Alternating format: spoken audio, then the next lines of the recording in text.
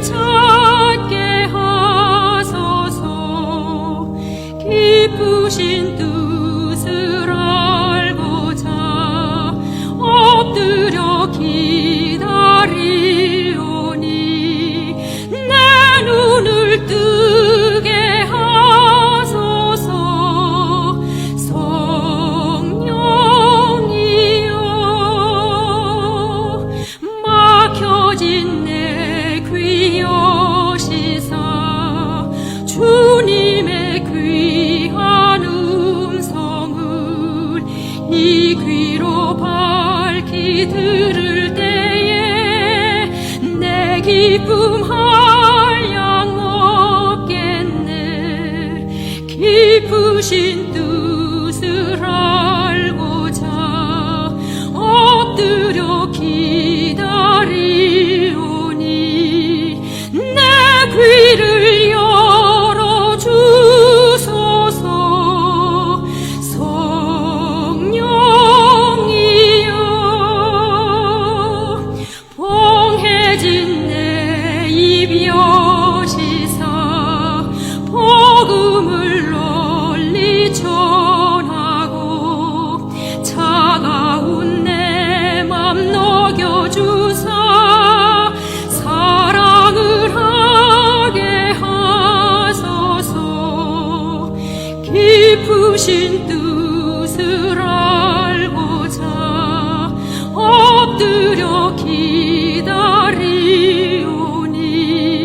내 입을 열어주소서.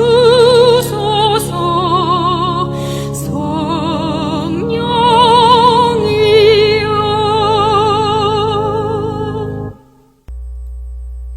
2021년 1월 4일 월요일 군산제일교회 새벽기도의 말씀입니다. 2021년 1월 4일 월요일 새벽기도의 말씀입니다. 주시는 말씀은 사도행전 1장 21절로 26절까지의 말씀입니다. 신약성경 사도행전 1장 21절에서 26절까지의 말씀 읽도록 하겠습니다. 말씀을 읽겠습니다. 이러함으로 요한의 세례로부터 우리 가운데서 올려져 가신 날까지 주 예수께서 우리 가운데 출입하실 때에 항상 우리와 함께 다니던 사람 중에 하나를 세워 우리와 더불어 예수께서 부활하심을 증언할 사람이 되게 하여야 하리라 하거늘. 그들이 두 사람을 세우니 하나는 바사바라고도 하고 별명은 유수도라고도 하는 요셉이요 하나는 마띠아라. 그들이 기도하여 이르되 뭇사람의 마음을 아시는 주여, 이 두 사람 중에 누가 주님께 택하신 바 되어 봉사와 및 사도의 직무를 대신할 자인지를 보이시옵소서. 유다는 이 직무를 버리고 제 곳으로 갔나이다 하고 제비 뽑아 마띠아를 얻으니 그가 11 사도의 수에 들어가니라. 아멘. 사도행전 1장 21절에서 26절의 말씀으로 하나님의 섭리대로라는 제목으로 말씀을 증거하도록 하겠습니다. 제자들은 가룟 유다의 배신과 죽음으로 인하여 사도의 빈자리를 채우고자 했습니다. 그래서 제자들은 사도의 조건, 사도가 되려면 어떤 사람이 사도가 되어야 되는가에 대해서 많이 고민했을 것입니다. 그리고 그 조건이 22절 말씀에 잘 나와 있습니다. 22절 말씀입니다. 항상 우리와 함께 다니던 사람 중에 하나를 세워 우리와 더불어 예수께서 부활하심을 증언할 사람이 되게 하여야 하리라 하거늘. 조건은 이렇습니다. 우리와 함께 다니던 사람 중이라는 것이에요. 예수와 함께, 사도들과 함께 복음을 증거하고 예수님의 가르침을 받고 예수님의 놀라운 기적과 사역을 경험했던 그 사람이 바로 사도의 조건이라는 것입니다. 그 사람이 어떤 일을 해야 되느냐? 바로 예수께서 부활하셨다라는 것을 증언해야 되는 것이죠. 그래서 바사바 또는 유수도라고 불리던 요셉이라는 사람이 청거되었습니다. 뿐만 아닙니다. 마띠아라는 사람도 청거되었습니다. 24절 말씀에 보니 제자들은 기도했습니다. 그리고 여러 가지 상황을 고려해서 사도의 빈자리를 채우고자 매우 노력했던 것으로 보입니다. 그러나 마지막 사도를 세우는 그 마지막 최종적인 단계에 있어서는 제비를 뽑았습니다. 우리는 이 사도를 세우는, 사도의 빈자리를 다시 채우는 이 과정에서 여러 가지 교훈을 얻어야 됩니다. 그 교훈이 무엇이냐? 첫 번째는 바로 제자들은 아무것도 하지 않고 무턱대고 사도를 세우고자 한 것이 아니라는 사실입니다. 무슨 일을 하려고 합니다. 무슨 목적이 있습니다. 그 목적과 그 일을 감당함에 있어서 그냥 아무것도 안 하고 시작한 것이 아니라는 것입니다. 제자들은, 사도들은 기도하며 준비했습니다. 두 명이 청고되었죠. 요셉과 mattia. 그런데 이 둘 중에 주님께서 택하신 사람을 세우게 해달라고 기도하였습니다.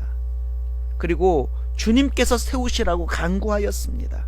그러니 주의 일을 하는 사람을 세울 때는요, 그리고 교회에서 중요한 일을 하고자 할 때는요, 사람의 생각이 아니라 기도로 준비하여야 함을 우리는 오늘 말씀을 통해서 반드시 깨달아야 된다는 것입니다.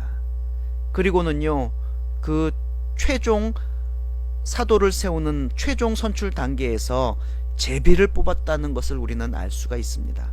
이곳에서도 우리는 교훈을 얻어야 됩니다. 제비 뽑기를 한다는 것은 우리가 오해할 수도 있습니다. 그냥 무턱대고 아무것도 안 하고 뽑는 것이라고도 오해할 수 있습니다.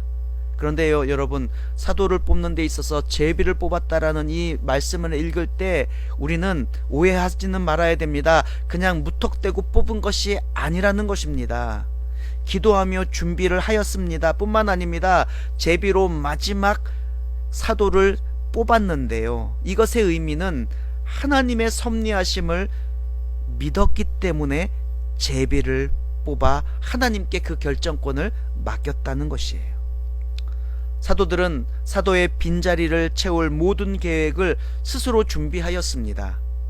스스로의 권위로 모든 것들을 다 행할 수도 있었습니다. 자기 입맛에 맞는 사람을 골라 청거하여 뽑았을 수도 있습니다. 하지만 사도를 세우는 그 최종 결정을 자신들이 아니라 하나님께 내어드렸다는 것, 그것이 중요한 것입니다. 이것이 바로 믿음이라는 것입니다. 이것이 바로 하나님의 섭리를 의지했다라는 것입니다. 섭리에 따랐다는 것입니다.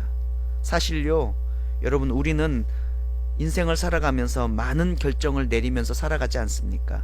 그런데 그 결정을 내릴 때 우리가 어떻게 결정하는지를 곰곰이 뒤돌아봐야 됩니다. 우리 대부분 이렇지 않습니까?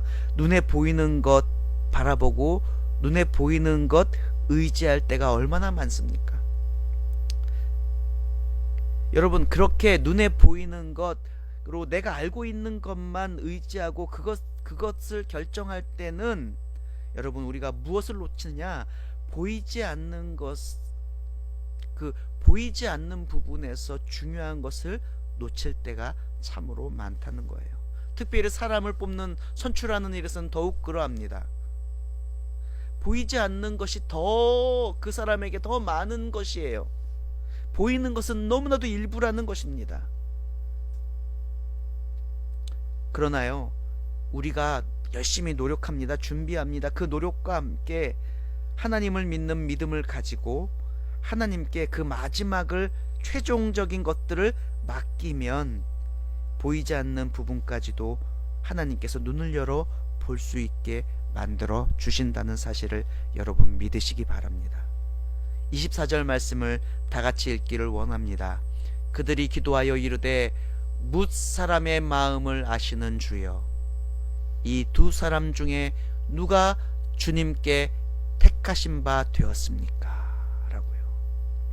여러분, 하나님은 우리의 삶의 최종 결재권자이심을 믿으시기 바랍니다. 올 한 해 여러분의 삶의 모두를 하나님께 기도로 아뢰십시오. 그리고 기도로 아뢰시고 그 기도로 아뢰는 것에 결재를 받으십시오. 그러면 하나님께서 우리의 삶 가운데 은혜 충만한 그런 놀라운 축복을 허락하여 주실 줄 믿습니다. 기도하겠습니다. 사랑의 하나님 아버지, 하나님을 믿는 하나님의 자녀로서 우리가 얼마나 배은망덕했는지 모르겠습니다. 얼마나 교만했는지 모르겠습니다. 하나님의 섭리가 아니라 내 마음, 내 욕심, 내 명예, 내 자존심을 위해서 살고 있었습니다. 결정했습니다. 그리고 그것만 바라보았습니다. 지금 그 모습을 회개합니다. 오늘 말씀을 읽었을 때에 사도의 빈자리를 채울 그런 모든 준비를 한 그 사도들처럼요, 내 힘껏 내 최선을 다해서 준비하고 애쓰고 마지막에는 하나님께서 결정하실 수 있도록 겸손하게 하여 우리를 겸손하게 만들어 주시옵소서.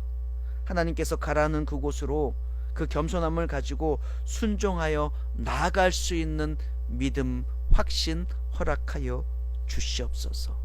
하나님의 섭리에 의지할 수 있는 올 한 해 되게 하여 주시옵소서. 예수님의 이름으로 간절히 기도드립니다. 아멘.